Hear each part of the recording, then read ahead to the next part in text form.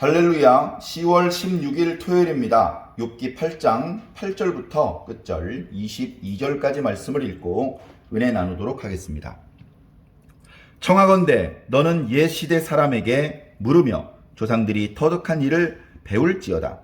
우리는 어제부터 있었을 뿐이라. 우리는 아는 것이 없으며 세상에 있는 날이 그림자와 같으니라. 그들이 네게 가르쳐 이루지 아니하겠느냐? 그 마음에서 나오는 말을 하지 아니하겠느냐? 왕거리 진펄 아닌 데서 크게 자라겠으며 갈대가 물 없는 데서 크게 자라겠느냐? 이런 것은 새순이보다 아직 뜯을 때가 되기 전에 다른 풀보다 일찍 마르느냐? 하나님을 잊어버리는 자의 길은 다 이와 같고 저속한 자의 희망은 무너지리니 그가 믿는 것이 끊어지고 그가 의지하는 것이 거미줄 같은즉 그 집을 의지할지라도 집이 서지 못하고 굳게 붙잡아 주어도 집이 보존되지 못하리라.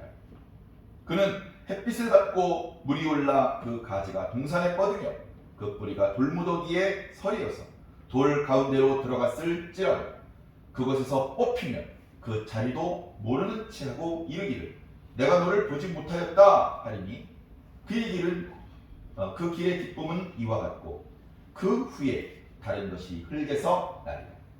하나님은 순전한 사람을 버리지 아니하시고 악한 자를 붙들어 주지 아니하시므로 웃음을 네 입에 즐거운 소리를 네 입술에 채우시리니 너를 미워하는 자는 부끄러움을 당할 것이라. 악인의 장막은 없어지리라. 아멘. 욥기 말씀을 평소에 성경 읽을 때 잘 안 읽습니다. 재미도 별로 없고요.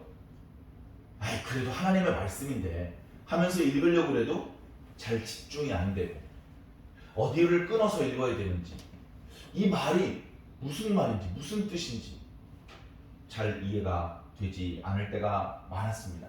그래서 읽다가 또 끊어지고 읽다가 또 끊어지고 그러다가 그래도 하나님의 말씀인데 하면서 좀 더 집중해서 읽기로 했고 그때쯤 마침 성경 읽기를 도와줄 수 있는 성경 읽기 테이프가 있었습니다. 요즘은 디지털 시대가 돼서 그런 테이프가 있기는 있습니다만 예전처럼 많이 팔리거나 하지는 않는 것 같습니다. 이제 그렇게 성경을 읽어서 녹음한 테이프들이 여러 버전들이 있는데 제가 가지고 있는 그 성경 그 테이프도 괜찮은 거였습니다.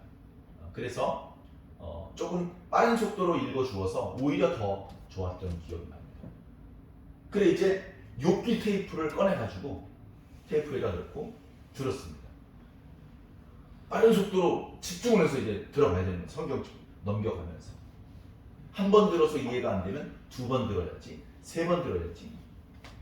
근데 정말 부끄러운 말씀이지만 그때 이제 제가 결혼하기 전에 청년 때 목회자가 되기 훨씬 오래전 이야기입니다만 듣다가 잠이 들었어요. 도저히 이해가 안 되고 집중도 안 되고 그러다 보니까 낮에 나름대로 일과를 하고 그때 당시 직장 생활도 했던 것 같은데 저녁에 자기 전에 말씀을 조금씩 읽고 자려고 그렇게 하고 있었는데 욥기 말씀은 집중이 잘 안 되고 반복해서 여러 번 들었는데도 결국은 그 뜻이 잘 연결이 되지 않았습니다. 오히려 그 욥기에 대한 말씀을 읽은 목사님들의 여러 글들이 그 전체적인 내용을 이해하는데 오히려 많은 도움이 되기도 했던 그런 말씀으로 기억이 납니다. 자, 오늘 이제 욥기 8장 뒷부분인데요. 계속해서 욥의 친구 중에 빌닷이라는 친구가 욥에게 이야기하는 대목입니다. 그러니까 신사적이에요. 요즘 우리 말할 때 어떻습니까? 일상적으로 대화를 할 때 말을 길게 하기가 어려워요. 내가 한마디 하고 제가 한마디 하고 그 다음에 두 명만 있는 게 아니고 세 명, 네 명이 있으면 서로 이야기에 이렇게 조금만 눈곱만큼만 틈이 있어도 찌르고 들어옵니다. 그걸 할 수 없는 사람은 계속 듣고만 있어야 돼요. 말할 수 있는 기회를 얻지 못해서 답답하고 속상하기까지 하죠. 근데 욥기를 보면요, 한 장 또는 두 장씩 얘기를 합니다. 욥이 극심한 고통 가운데 자기 생애를 탄식합니다. 그게 3장 전체입니다. 그 긴 탄식이 이어지는 동안 욥이 스스로 자기의 그 탄식을 멈출 때까지 친구들이 중간에 중단시키지 않아요. 욥의 탄식이 중단되니까 그 다음에 욥의 친구 중에 한 명인 엘리바스가 나와서 이야기를 한 것입니다. 엘리바스의 이야기는 4장과 5장까지 이어집니다. 짧지 않아요. 4장과 5장까지 이어지는 그 긴 엘리바스의 말이 이어지는 동안에 욥이 그 말을 끊지 않아요. 엘리바스가 스스로 나 말 다 했다 하고 끊을 때까지 계속 들어줍니다. 다 들어준 다음에 그 엘리바스의 말에 대한 욥의 대답이 6장과 7장에 나옵니다. 2장에 걸쳐서 또 욥이 대답을 하는 겁니다. 그래서 또 욥이 말하는 동안에 친구들이 다 들어줍니다. 욥이 스스로 말을 그칠 때까지. 그래서 욥의 말을 다 듣고 지금 이제 8장에 욥의 또 다른 친구인 빌닷이 이야기를 하는 것이죠. 이야기를 하는 화자는 바뀌었지만 욥과 그리고 욥을 위문하러 왔던 그 세 친구의 말은 다릅니다. 욥은 계속해서 자신은 하나님 앞에 부끄러운 범죄를 저지른 적이 없다. 자신은 지금 엄청난 흉악한 죄를 저지른 사람이 경험할 것 같은 끔찍한 고통을 지금 당하고 있는데 자신은 자신에게 이런 고난이 왜 임했는지 모른다. 그러나 분명한 것은 내가 하나님 앞에 범죄하지 않았다. 내가 너무나 고통스러워서 내 생일을 저주했었고 이 고통이 어느 정도 지속될지 가늠할 수 없기 때문에 차라리 죽는 것이야말로 이 고통에서 벗어나는 방법이라고 생각을 하고 차라리 죽기를 간청하는 그런 심정이다. 욥은 일반적으로 그렇게 말을 합니다. 그런데 욥의 친구들은 야, 죄를 짓지 않은 사람이 이렇게 하나님께 벌을 받는 걸 본 적이 있냐? 욥, 그런 거 본 적 있어? 너도 없지? 하나님 앞에 벌을 받았다면 죄를 범한 거야. 그게 일상적인, 일반 상식적인 이야기죠. 잘못한 사람이 벌을 받는 것이고 잘한 사람이 칭찬을 받고 상을 받는 것이죠. 그래, 엘리바스가 그런 의도로 길게 이야기를 했는데 욥의 말을 듣고 보니까 엘리바스의 그 긴 말은 다 허망한 말이었습니다. 말 자체는 맞는 말 같은데 결정적으로 그 내용이 욥에게 적용하면 안 되는 내용이었던 것이죠. 욥은 엘리바스가 말하는 그 원칙하고는 다른 이유 때문에 고난을 당하고 있는 상황이기 때문에 엘리바스가 하는 말이 설상 옳은 말이라 하더라도 욥에게는 해당 사항이 없는 말인 것입니다. 그러나 엘리바스는 그것을 알지 못한 채 막 말을 했죠. 그 말을 들으면서 욥이 많이 실망을 했습니다. 너는 가족도 팔아버리고 친구도 배반하는 잔혹한 사람과 같다. 친구라면 내가 정말 잘못을 했더라도 공감을 해주어야 되는 거 아니냐? 이해해주고 위로해줘야 되는 거 아니냐? 친구라면서 위로하러 왔다면서 정죄하고 저주하고 책망하고 너희들이 정말 나의 친구인지 의심스럽다. 욥은 그렇게 말할 수밖에 없었죠. 그러나 그런 욥의 말을 듣고 또 빌닷이 거듭니다. 아니야. 내가 들어보니까 엘리바스의 말이 맞는 것 같아. 이렇게 나오는 거예요. 엘리바스의 말이 100번 옳은 소리네. 엘리바스, 자네 말 잘하는데 구구절절이 옳은 이야기야. 벌을 말이 하나도 없구만. 저 욥이란 친구 왜 이렇게 고집불통이 됐나 몰라. 전엔 지혜로웠고 전엔 잘 들어주었고 어렵게 말해도 잘 이해하는 정말 똑똑한 친구였는데 왜 이렇게 고집불통이 되었고 어쩌다가 범죄를 해서 하나님 앞에 이런 큰 재앙을 당하게 됐는지 몰라. 그러면서 더 늦기 전에 회개하라. 그런 이야기들을 하고 있습니다.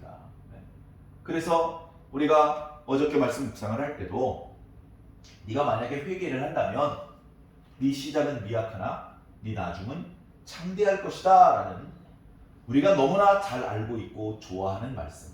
그래서 이사를 하거나 개업을 했을 때 이 말씀이 쓰여져 있는 액자를 선물하기도 하는 바로 그 말씀이 오늘 읽었던 말씀 바로 앞에 7절에 있었죠. 이어지는 우리가 조금 전에 함께 읽었던 8절 이하의 말씀도 결국 같은 주제의 말씀들을 하고 있습니다. 이거 봐, 욥. 내가 그냥 아무 생각 없이 그냥 떠오르는 대로 짓거리는 게 아니야. 내가 태어나서 이렇게 수염이 배꼽까지 자라는 동안, 내가 살아있는 동안 배우고 깨달은 것을 얘기하는 게 아니야. 이보게 친구, 자네나 나나 어제 태어난 거나 마찬가지야. 우리 인간의 수명은 짧어. 그 짧은 기간 동안에 배울 수 있고 깨달을 수 있는 것은 너무나 작아. 이런 작은 깨달음으로 지금 자네가 당하고 있는 이 황당한 상황을 어떻게 정확히 이해할 수 있겠나.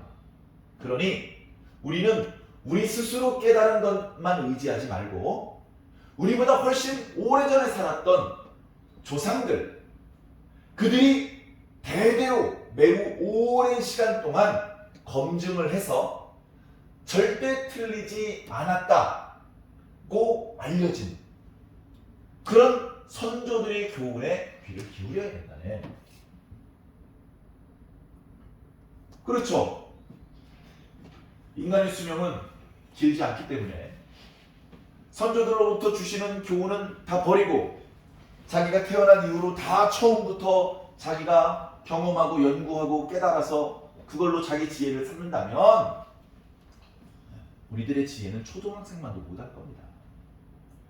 지금 우리가 이렇게 발달된 과학 문명, 또 예술 이런 것들을 할 수 있는 것은 옛 선조들이 오랜 기간 동안 경험을 통해서 검증되었던 그런 교훈들을 아주 손쉽게 교육받기 때문에 내가 직접 부딪히고 내가 이 문제를 풀기 위해서 오랜 기간 동안 씨름하고 하지 않았는데도 불구하고 많은 유능한 선배들이, 조상들이, 위인들이 남겨놓은 이야기, 그들이 적어놓은 글, 그들이 가르쳐준 이야기들을 우리가 손쉽게 배울 수 있기 때문에 나이가 어린데도 불구하고 꽤 많은 지식들을 안고 살 수 있고, 그리고 우리의 선조들이 경험했을지 모를 그 시행착오, 실수들을 줄이면서 우리는 좀 더 짧은 인생이지만 알찬 인생을 살아가고 있는 것입니다.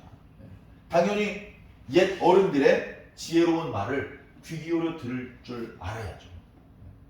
그런데 그렇게 우리가 우리 선조들의 교훈을 잘 귀담아 들어야 된다, 그렇게 얘기를 하면서 이 빌닷이라는 친구가 그 선조들의 교훈은 결국은 죄가 없는 사람이 재앙을 당하는 게 아니고 죄질을 저지른 사람이 재앙을 당하는 거다. 죄를 저지른 사람이 재앙을 당할 때는 금방 망한다. 금방 망해. 그런 악인이 멸망하는 모습에 대하여 오늘 말씀에 여러 가지 비유적인 표현이 나타나고 있습니다. 자, 오늘 말씀 보면 이런 표현이 있죠. 먼저 갈대, 그리고 왕골이 자라는 모습을 이렇게 예로 들고 있습니다. 뭐 왕골은 우리 나라에서 흔하지 않아요. 왕골, 뭐 파피루스 같은 걸 말하는 겁니다. 파피루스. 파피루스가 자라는 지역에서 그 식물을 가져와서 원예용으로 우리나라에서도 실내에서 이렇게 수반에 담아서 그렇게 기르는 걸 본 적이 있습니다. 자연 발생적으로 우리 강가에 그냥 있지는 않죠. 기후가 파피루스가 자라는 기후하고 우리나라 기후는 조금 다르기 때문에 그렇습니다. 어찌되었건 이 파피루스, 그리고 갈대는 우리는 보죠. 자, 파피루스나 이 갈대가 잘 자라는 환경은 물이 많은 진흙이에요. 논 같은 거. 강가에 보면 진흙이 있고 거기에 아주 수중에 줄기와 뿌리를 박아놓고 그렇게 자라는 갈대와 또는 파피루스들을 머릿속으로 연상해 보시기 바랍니다. 이 녀석들이 잘 자라려면요, 물이 많이 있어야 돼요. 자, 그런데 여러 가지 이유 때문에 물이 끊어졌다고 생각합시다. 네? 물이 말라버렸어요. 얘들이 거의 물에 잠겨 있었는데 줄기와 뿌리가 드러나 버렸어요. 이 녀석들이 뿌리를 땅에다 박고 있었는데 그 땅이 말라버렸어요. 그러면 어떻게 됩니까? 이 갈대는, 이 파피루스는 다른 식물보다 빨리 말라버립니다. 그러니까 그 많은 물을 빨아먹고 다른 식물보다 빨리 성장을 했다가 물이 계속 공급이 돼야 되는데 그게 만약에 끊어지면 순식간에 말라버린다. 그와 마찬가지로 하나님께 주의를 범한 악인들의 성공은 급작스러운 성공입니다. 갑자기 승승장구하고 온 천하의 주인이 된 것처럼 보령을 합니다. 그러나 어느 순간 하나님께서 그 악인의 득세를 더 이상 용납하지 않으시고 그에게 재앙을 쏟으시는 순간 그는 순식간에 말라버립니다. 마치 파피루스가 쑥 자랐다가 후두둑 말라버리는 것처럼 악인은 그렇게 망할 수밖에 없다. 악인이 망하는 걸 또 이렇게 묘사를 합니다. 정말 의지할 분은 하나님인데 하나님을 의지하지 않고 다른 것을 의지하는 모습을 보인다. 악인들의 공통점이죠. 그래서 13절에 보면 하나님을 잃어버린 자, 하나님을 잃어버린 자는 다 이렇게 파피루스가 급히 마르는 것처럼 망해버린다. 그리고 저속한 자의 희망은 무너진다. 이 저속한 자라고 표현된 이 번역된 이 표현은요, 하나님을 없다고 말하는 그런 수준의 사람을 가르칠 때 쓰는 단어를 사용하고 있습니다. 그러니까 하나님을 잊어버렸고 하나님을 없다고 함부로 말하는 사람들, 이런 사람들은 그 물을 잃어버린 갈대와 파피루스처럼 급작스럽게 말라버릴 것이다. 하나님을 믿고 의지해야 되는데 엉뚱한 것을 믿고 의지하는 것이죠. 14절에 보니까 이 악인들이, 이 하나님을 잃어버리고 하나님을 없다고 말하는 사람들이 믿던 것이 있어요. 근데 그게 끊어져 버리는 거예요. 그게 갑자기 끊어져 버립니다. 자기가 체중을 실어서 의지하고 있던 것이 거미줄 같은 거였어요. 하나님 이거 뭐가 다 필요 없어. 이걸 믿어야지. 어떤 사람은 돈을 의지하고, 어떤 사람은 자기 머릿속에 있는 지식을 의지하고, 어떤 사람은 자기 주업을 의지합니다. 그런데 그렇게 자기가 믿었고 자기가 의지했던 것이 거미줄 같은 거라는 거예요. 거미줄. 여러분, 거미줄 위에 돌멩이를 몇 개나 올려놓을 수 있겠습니까? 네? 거미줄 위에 조그마한 돌멩이도 지탱할 수 없이 뚝 끊어져 버리는 것이 힘없는 거미줄 아닙니까? 네? 하나님을 잊어버리고 하나님을 없다고 말하는 그 악인들이 결과가 거미줄 같은 것을 믿고 의지하다가 거기에 치집을 싣다가 꽈당 하고 넘어지고 떨어지는, 급작스럽게 멸망해버리는 그런 모습을 하고 있는 것이다. 16절에는 또 다른 비유입니다. 역시 식물에 대한 비유인데요. 자, 땅에 어떤 식물이 있습니다. 그래서 위로 햇빛을 공급받고요, 뿌리를 땅속으로 뻗어가지고 그래서 거기서 수분을 공급받습니다. 그래서 잘 지내는 것 같습니다. 악인도요, 한때는 잘 나갑니다. 악인도 한때는 쭉쭉 뻗어나갑니다. 오히려 의인들보다 더 앞서 나갑니다. 그런데 악인의 성공은 영원하지 못해요. 우리는 영원한 것을 중요하다고 생각합니다. 우리가 중요하게 생각하는 것은 영원한 것입니다. 근데 악인은 뭐가 영원한지 모릅니다. 그래서 잠깐은 성공을 해요. 잠깐. 근데 하나님께서 그 깊이 뿌리박고 있는 그 식물을 뽑아버려요. 뿌리채 뽑아버려요. 악인의 신세가 그렇게 된다는 거예요. 옆에 있는 식물은 다른 식물들의 수분까지 빨아버리고 다른 식물이 받아야 될 햇빛까지 가로채고 혼자 독차지하고 있는 그 악인을 감당할 수가 없어요.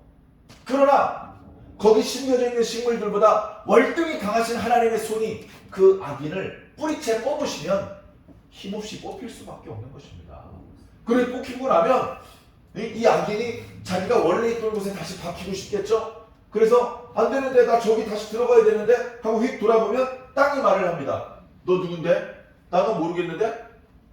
그래가지고 어떻게든 금이 들어가려고 그러는데 다른 게 돋아 올라오기 시작한다는 겁니다. 아기는 하나님의 손에 의해서 뽑히고 다시 재기할 수 없다. 아기는 그렇게 망할 수밖에 없다. 네가 그렇게 망하면 안 된다. 그러니까 어떻게 해야 된다? 하나님께 돌이켜야 된다. 하나님께 회개해야 된다. 자신의 범죄를 인정해야 된다. 그 이야기를 지금 하고 있는 것입니다. 자, 20절에 욥, 하나님을 믿고 하나님 앞에 숨김없이 정직하게 다 너의 잘못을 회개해, 자복해. 그러면 하나님은 어떤 분이냐? 순전한 사람을 버리지 않으시는 분이야. 이런 하나님 믿을만 하잖아. 하나님 두려워하지 마. 하나님의 책망과 재앙을 두려워하지 마. 하나님 앞에 하나님을 온전히 믿고 하나님 앞에 회개해. 여러분, 사람이 의사를 믿지 못하면요, 자기 몸을 어떻게 수술대 위에 맡겨놓습니까? 의사를 못 믿는데 수술이 진행될 때 전신 마취하지 말고 국소 마취하십시오. 눈 내가 동그랗게 뜨고 당신이 수술을 잘하나 못하나 지켜볼 겁니다. 이러지 않겠습니까? 그러나 우리가 하나님 앞에 나아갈 때 그렇게 가면 안 되죠. 하나님을 온전히 믿고 우리의 모든 것을 다 맡겨드려야 됩니다. 하나님은 온전한 자를 버리지 않는 겁니다. 자, 그래서 네가 회개를 할 경우에는 웃음을 네 입에, 즐거운 소리를 네 입술에 다시 채워줄 것이다. 너를 미워하는 자는 부끄러움을 당할 것이다. 악인의 장막은 없어질 것이다. 그러나 너는 이제 악인이 아니고 의인으로 신분이 전환되어서 하나님의 긍휼과 은총, 심지어 복을 누리게 될 것이다. 이게 이제 욥의 또 다른 친구 빌닷이 욥에게 해주는 이야기입니다.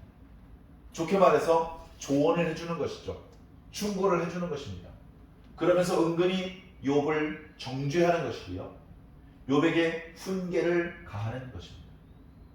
본래 의도 욥을 위로하고 욥의 상황을 이해해주고 욥의 그 아픈 상처를 이렇게 치료해주고 어루만져주고 그렇게 해주려고 왔던 욥의 친구들은 웬일인지 욥의 막강한 적들처럼 그 말하는 수준이 욥과 비슷해요. 거의 욥과 같은 수준이에요. 그러니까 욥이 한두 마디 말로 무시하고 야단칠 수 있는 그런 수준이 아닙니다.